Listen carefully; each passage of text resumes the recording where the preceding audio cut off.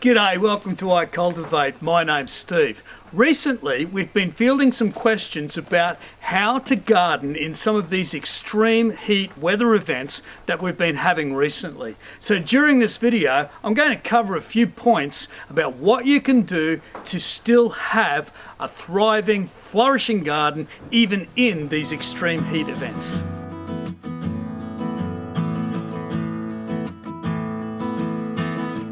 I know that here in Australia and elsewhere in the world, we've been recently having some extreme weather events that have been affecting our gardens.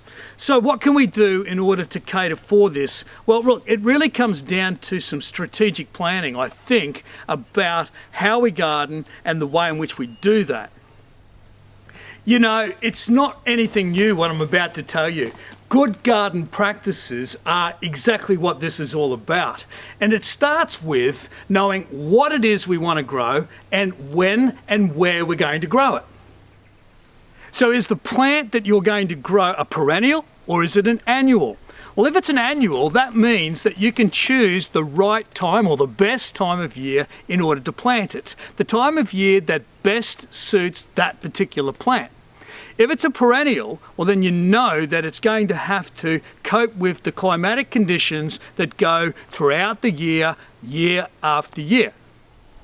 So particularly with perennials, what you should make sure you do if your plants are going to be subjected to extreme weather events is make sure that they are heat resilient plants. Now these Goras are a really good example of this that we've used here.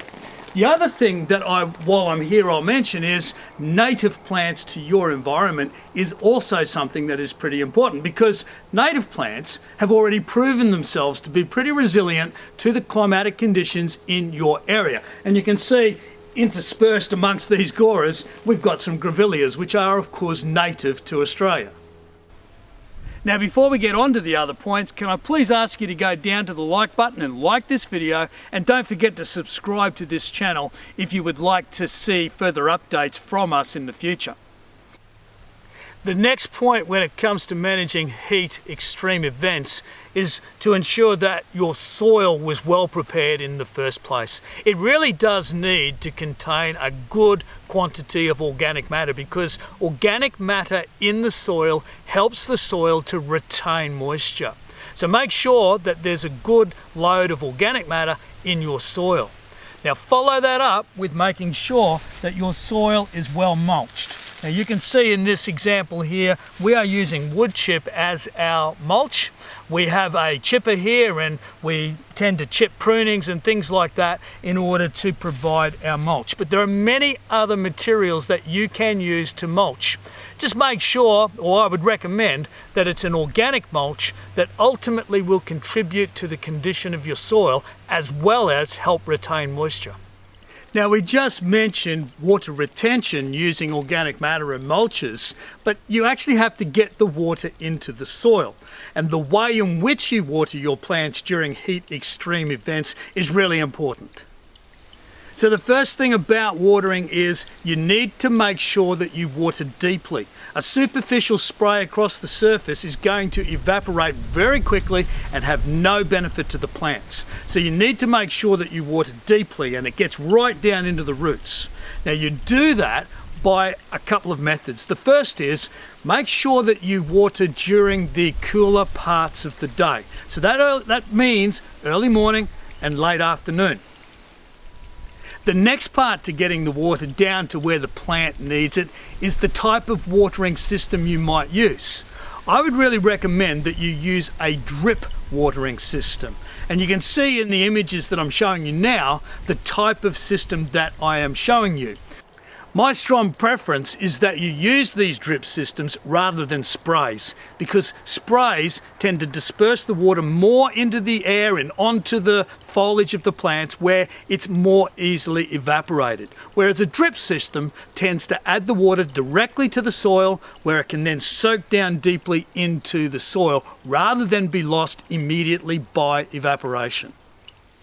Structures in your garden can also help with dealing with heat stress on plants because with a structure like pergolas and trellises and other like structures, you actually provide great ventilation for the plants as well as shade. Ventilation can help to reduce humidity and in doing so reduce the risk of disease to the plants. General gardening activities such as pruning and fertilizing are the types of things that can put stress on plants. So if you are going to prune, for example, make sure that you do it during the cooler parts of the day when the stress on the plant will be minimized. So that means early morning, late afternoon, a bit like the watering we mentioned before. When plants are under stress during real severe heat events, they're not likely to be growing very much at that time anyhow, and fertilizers applied directly to the base of the plant can actually burn the plant. So when you add fertilizers at these times, I'd really recommend that you use a slow release fertilizer. Monitoring your soil moisture is absolutely critical, and you can do that either by having a water meter that will measure the moisture for you, or you can use just simply a finger. If you poke your finger into the soil down to about the second knuckle, that enables you to gauge just how moist the soil is and whether it requires any watering. Don't pay attention to whether the surface is dry or wet. It's more about that inch or two below the surface that is important. So make sure that you monitor the soil moisture, and if it is feeling dry, an inch or two below the surface, well then you need to water. But remember, water deeply. If you have plants in pots, well then they're always going to be affected by extreme weather events more than plants that are in the ground. So you will have to take action to protect them from extreme heat. Often that will just simply mean making sure that they are well watered and don't go dry and are moved into a cooler, shadier spot. Now I hope you've enjoyed this video and are able to use the information I provided to help protect your plants in extreme weather events. Can I please ask you to go down to the thumbs up and give us a thumbs up and subscribe to this channel and go to our website icultivate.net and become a member of the community. Thanks for watching.